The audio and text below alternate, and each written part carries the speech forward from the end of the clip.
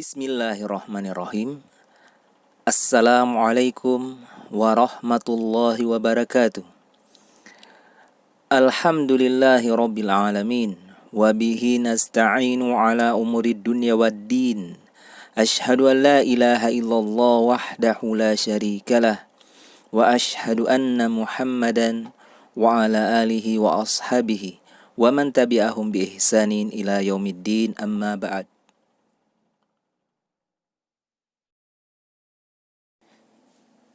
Baik, anak-anakku sekalian, kembali kita bertemu pada pelajaran pendidikan akhlak untuk kelas 5.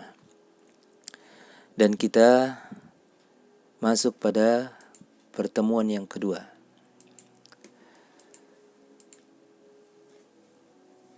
Sekarang kita masuk pada hadis yang kedua juga, ya. Kita perhatikan tentang rukun Islam, ya. Perhatikan setiap bangunan, ya, setiap bangunan ini tentang rukun Islam, ya. Setiap bangunan memiliki pondasi, ya, dan tiang-tiang penyangga yang menopangnya, ya. Jadi bangunan itu ada pondasinya, ya, ada dasarnya, ya. Kemudian dibuatkan tiang-tiang dulu, ya, agar bisa menopang bangunan tersebut. Seberapa kuat pondasi dan tiang penyangganya, sekuat itulah bangunan tersebut. Ya, jadi kekuatan bangunan itu dari pondasi dan tiang-tiangnya. Demikian pula dengan agama Islam. Islam memiliki tiang-tiang penyangga dan pondasi yang menopangnya. Ya.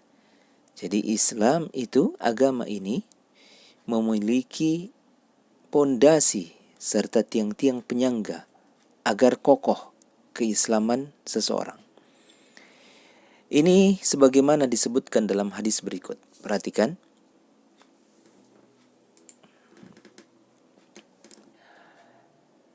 An Abdullah ibn Umar radhiyallahu anhuma qala Rasulullah sallallahu alaihi wasallam, buniyal Islam ala khamsin.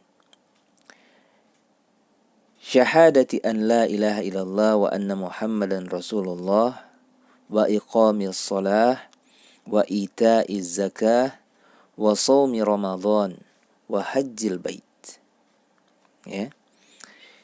Perhatikan artinya.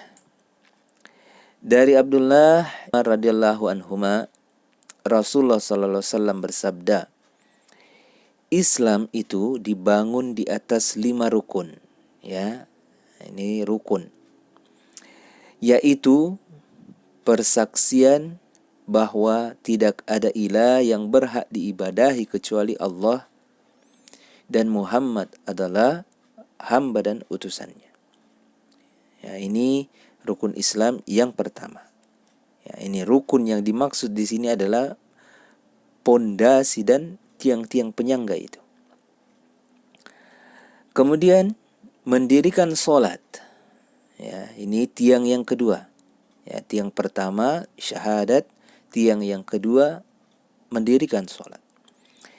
Tiang yang ketiga atau rukun yang ketiga menunaikan zakat. Ya.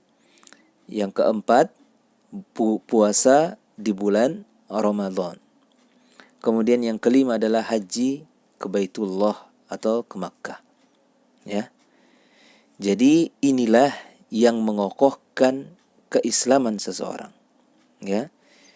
Jadi walaupun dia telah bersyahadat namun tidak mendirikan sholat, maka keislamannya akan roboh, ya.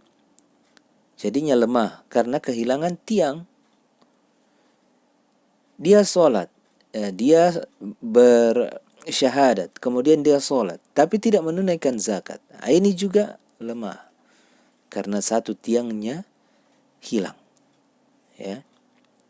Begitu juga puasa di bulan Ramadan dan haji ke Baitullah. Hanya saja untuk haji itu ada tambahannya bahwa bagi siapa yang sanggup atau mampu. Kalau tidak sanggup atau mampu, maka itu bukan berarti rukunnya atau tiangnya atau pondasinya menjadi lemah. bukan tapi karena mereka memang tidak mampu. Tapi selalu ada niat untuk berhaji, hanya saja tidak mampu. Boleh dari segi dana, boleh dari segi kesehatan, ya, atau memang adanya halangan-halangan, ya. Baik. Kita lihat mengenal perawi hadis. Ya, jadi hadis ini diriwayatkan oleh siapa? Nama dan nasabnya adalah beliau adalah Abdullah bin Umar, ya, anaknya Umar. Ya, anaknya Umar. Perhatikan biografi singkatnya. Jadi ini biografi singkat tentang Abdullah bin Umar. Beliau ini termasuk sahabat muda karena lahir setelah diutusnya Nabi SAW. Jadi sahabat yang lahir setelah Nabi diutus menjadi Rasul itu dikatakan sahabat muda, ya. Walaupun begitu, beliau banyak meriwayatkan hadis karena kesungguhan, kerja keras, dan waktu yang dicurahkan untuk mencari ilmu. Ya. Bayangkan beliau sahabat muda, belakangan lahirnya, tapi sangat banyak meriwayatkan hadis. Karena apa? Kesungguhan, kerja keras, dan waktu yang dicurahkan untuk mencari ilmu. Jadi jika kalian ingin dapat banyak ilmu, maka munculkan kesungguhannya, berusaha dengan kerja keras, dan luangkan waktu yang banyak untuk mencari ilmu. Kemudian di samping itu beliau juga turut serta dalam sekian banyak peperangan. Nah, ini adalah kemuliaan, ya, orang sahabat yang mengikuti peperangan, membela agama Islam, membela Rasulullah SAW. Ini adalah sebuah keutamaan yang sangat luar biasa, ya. Karena ada pahala syahid ketika meninggal di dalam medan perang. Kemudian wafat beliau itu pada tahun 73 Hijriah dan beliau dah wafat di Makkah. Baik, kita lanjutkan. Ada pelajaran yang bisa kita petik dari hadis tersebut.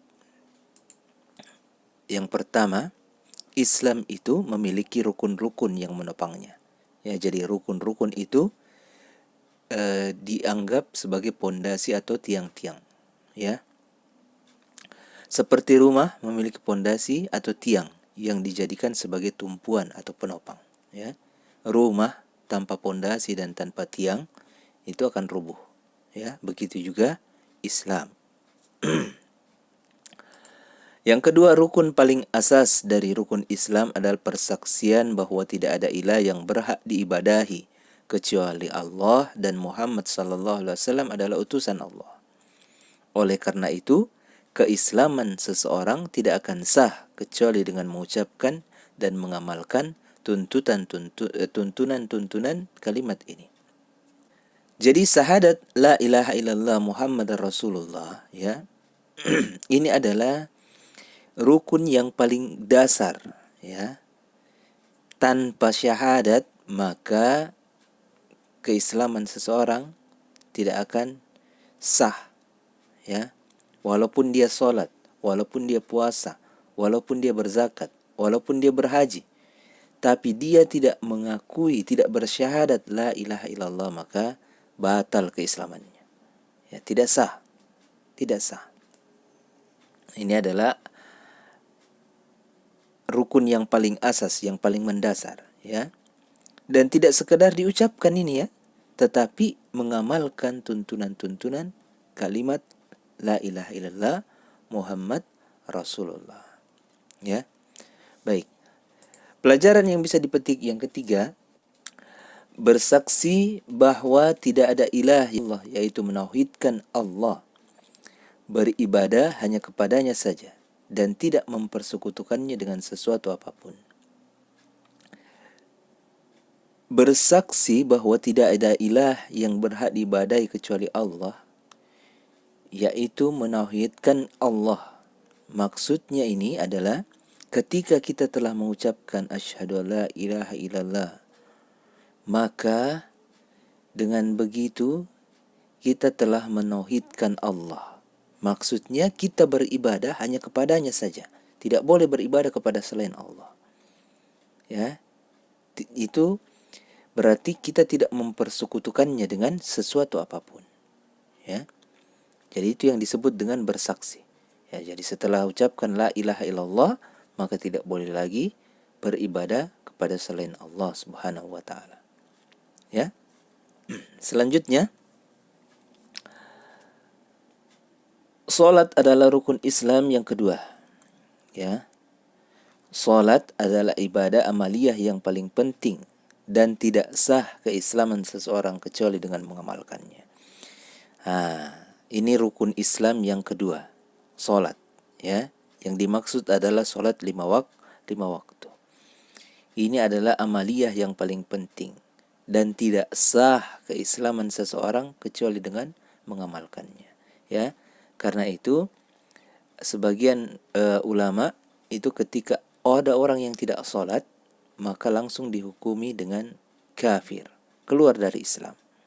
Ya, hanya saja yang paling benar itu adalah ketika dia tidak salat, tapi karena alasan malas saja, maka ini belum dikatakan keluar dari Islam.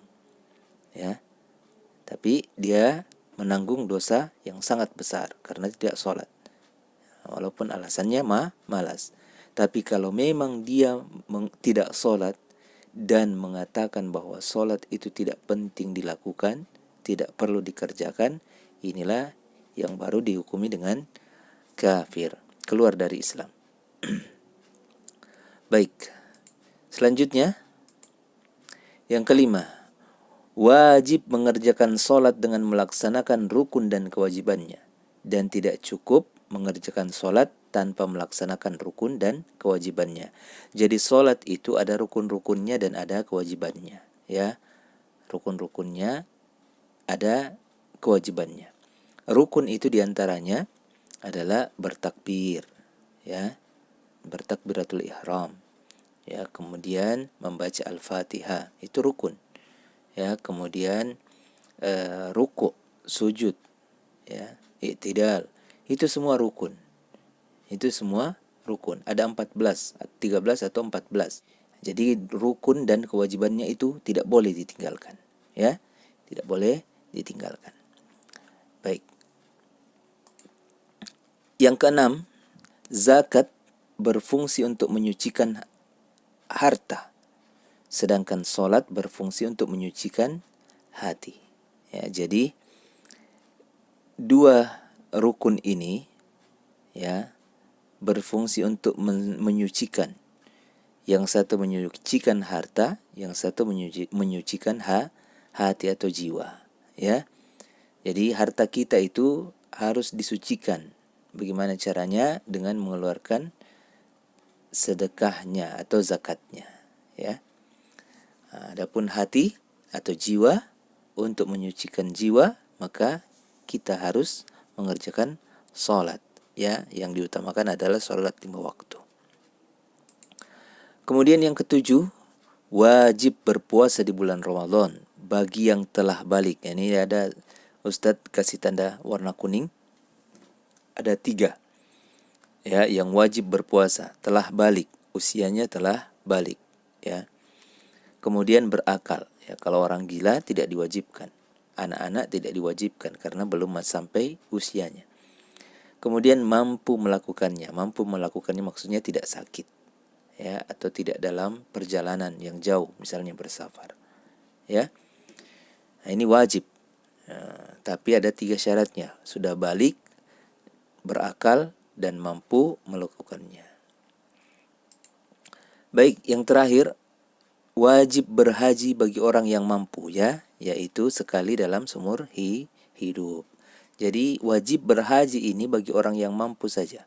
Mampunya itu baik dari segi materi, maksudnya dia punya harta atau uang untuk bisa membiayai dirinya ke tanah suci, dan juga dia mampu dari segi kesehatan, ya, mampu dari segi kesehatan. Ada orang ada uangnya tapi tidak sehat. Ada juga sehat tapi belum tentu ada hartanya untuk sampai ke tanah suci. Ya, dan ini kewajibannya hanya sekali dalam seumur hidup. Ya. Jadi kalau sudah melakukan haji sekali, maka gugur sudah kewajibannya. Kalau dia mau haji berikutnya, itu sudah hukumnya sunnah. Ya. Baik. Ini beberapa hadis yang beberapa faidah yang bisa kita petik dari hadis tersebut. Baik. Perhatikan, di sini ada latihan, ini ada di buku kalian ya. Rukun Islam diumpamakan yang nomor 1, rukun Islam diumpamakan dengan apa pada hadis di atas? Apa manfaat dari perumpamaan itu? Nah, silakan dijawab. Kemudian yang kedua dijawab di tulisannya, tulisan di buku tulis, bisa juga di buku cetaknya kalau mau. Kemudian yang kedua isilah titik-titik di bawah ini dengan jawaban yang sesuai. Nah, perhatikan, rukun Islam. Yang pertama, selalu kamu kerjakan. Apa itu? Rukun Islam yang sering kamu kerjakan.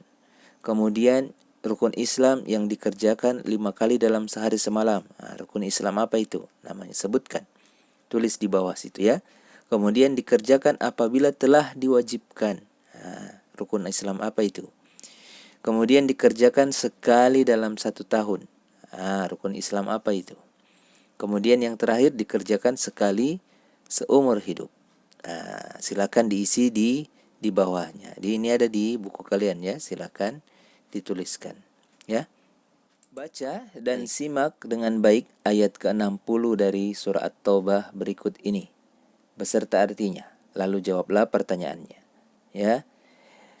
Innama shadaqatu lil fuqara'i wal masakin wal 'amilin 'alaiha wal mu'allafah qulubuhum wa fir riqab wal gharimin wa fi sabilillah wa ibnis sabil faridatan minallah wallahu alimun hakim.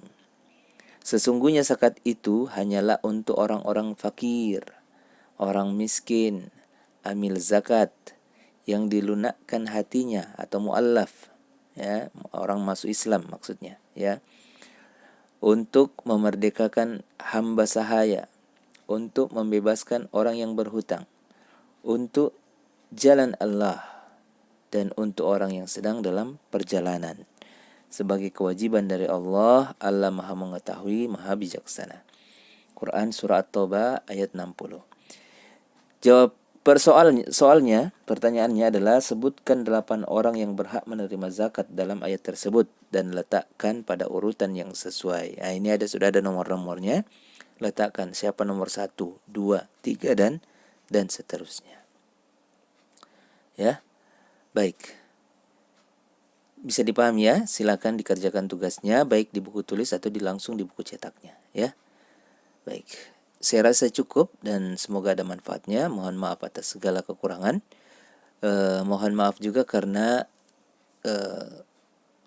Ustadz kurang sehat, jadi sering ada suara batuk.